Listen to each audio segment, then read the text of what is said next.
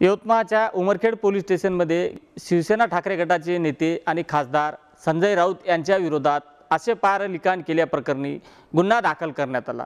दरम्यान गुन्हा दाखल झाल्यानंतर जिल्ह्यातलं वातावरण ढवळून निघालेलं आहे। या विषयावर बोलण्यासाठी माझ्यासोबत सेवानिवृत्त न्यायाधीश शिवसेना ठाकरे गटाचे नेते किशोर राठोड आहेत। आपण त्यांच्याकडून जाणून घेणार आहोत।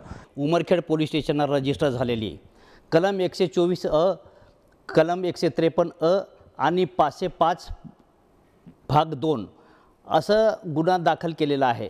परंतु ती FIR बघितली असता 10 डिसेंबर 2023च्या रोकठोक या सदराखाली लिखाण झालेलं आहे असं कळते।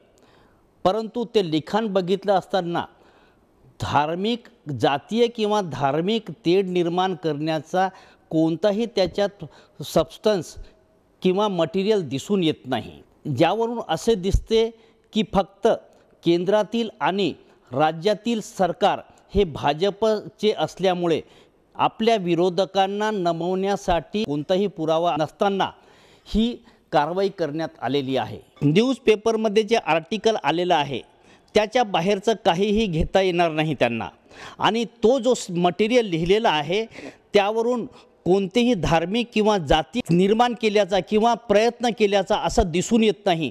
त्यामुळे त्याच्यातून निर्दोष सुटका होईल याची मला खात्री आहे। आणि जर राऊत साहेबांनी ती FIR उच्च न्यायालयात चॅलेंज केली तर ती नक्कीच खारिज करण्यात येईल याची मला खात्री आहे।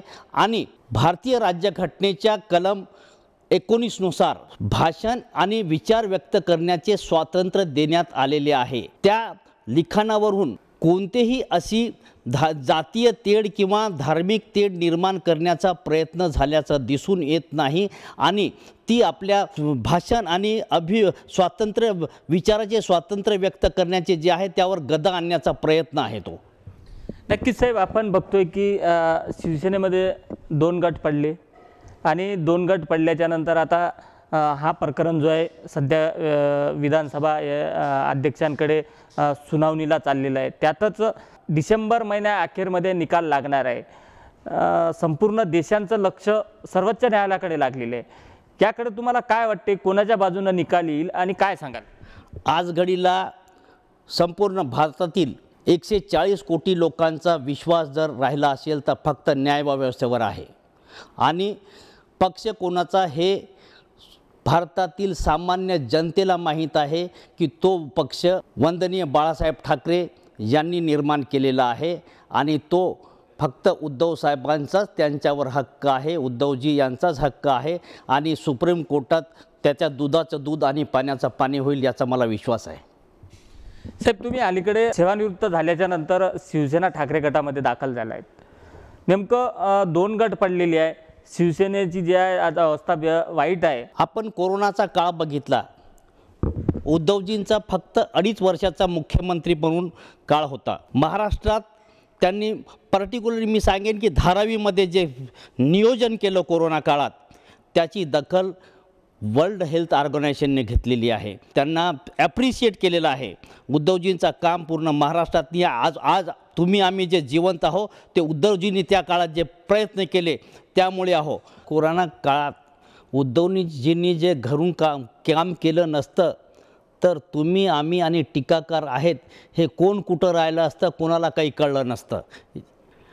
त्यामुळे आणि त्यांच्या त्या कामामुळे प्रभावित होऊन आणि माझी खात्री झाली की केवळ एक आणि एकमेव नेता महाराष्ट्रात असा आहे जो तळागाळातील गोरगरिबांना, शेतकऱ्यांना, शेतमजुरांना सोबत घेऊन जाऊ शकतो। त्यामुळेच मी शिवसेनेत प्रवेश घेतलेला आहे। तर न्यायाधीश किशोर राठोड यांनी बातचीत केली। दरम्यान त्यांनी असंही सांगितलं की ज्या पद्धतीनं माजी मुख्यमंत्री आणि पक्षप्रमुख उद्धव ठाकरेंवर टीका होते, टीका करणाऱ्यांनी एक लक्षात घेतलं पाहिजे की कोरोना काळातली जे ठाकरेंची कामगिरी राहिलेली आहे त्यामुळे महाराष्ट्रातले जे काही जण आज जे सुरक्षित आहेत त्यामुळे ते आज बोलत आहे असं त्यांनी सांगितलं आहे। संजय राठोड, साम TV न्यूज, यवतमाळ। देश विदेशातील प्रत्येक घडामोडींचे लाईव्ह अपडेट मिळवण्यासाठी आता साम टीव्हीच्या सर्व सोशल मीडिया प्लॅटफॉर्मला लाईक, फॉलो आणि सबस्क्राईब करा। तसंच सर्व नोटिफिकेशनसाठी बेल आयकॉन प्रेस करायला विसरू नका।